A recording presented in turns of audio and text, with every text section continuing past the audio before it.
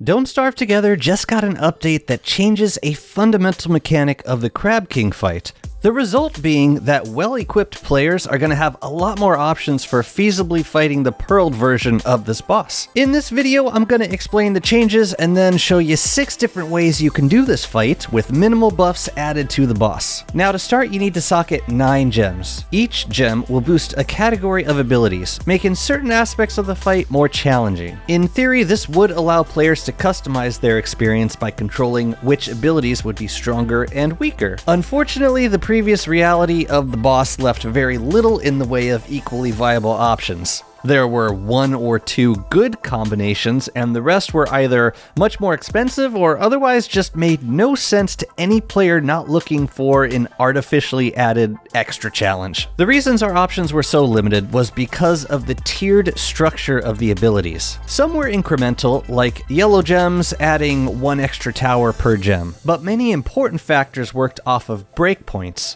where 1 extra point would suddenly put you on a completely different tier. As a result, the difference between 3 of a certain gem and 4 would induce dramatic changes such as a doubling or even tripling of minion health values, or tower cannons suddenly causing boat leaks. Now, a pearl adds 3 points to every color set, meaning if a player were to add just 1 more of any gem, then that category would immediately get bumped up to level 2. This discouraged players from using gem variety in pearled fights, because doing so would upgrade several categories to level 2.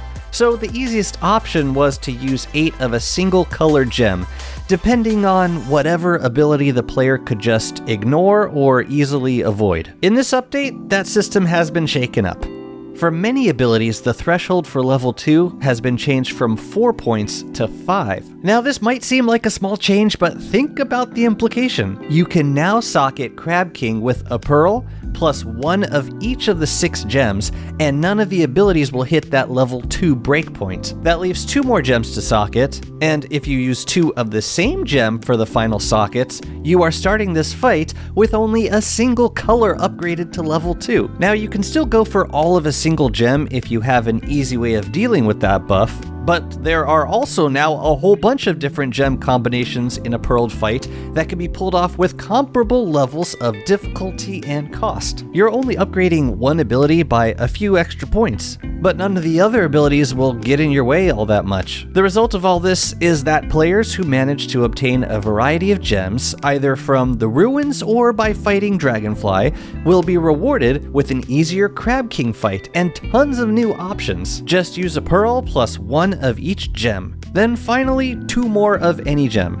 That's how you fight Crab King with the least amount of headache. So to demonstrate how flexible this fight is now, let's talk through 6 different versions of it, depending on the final 2 gems that you choose to socket with this setup. With 2 more blue gems, the ice barrier health will go up to 300. This will not be much of an issue in multiplayer or with high damage solo characters, but a few extra heals might get through and the ice phase is shorter, so be prepared for a longer fight. With 2 extra red gems, the cannon towers will start to cause small leaks on your boat.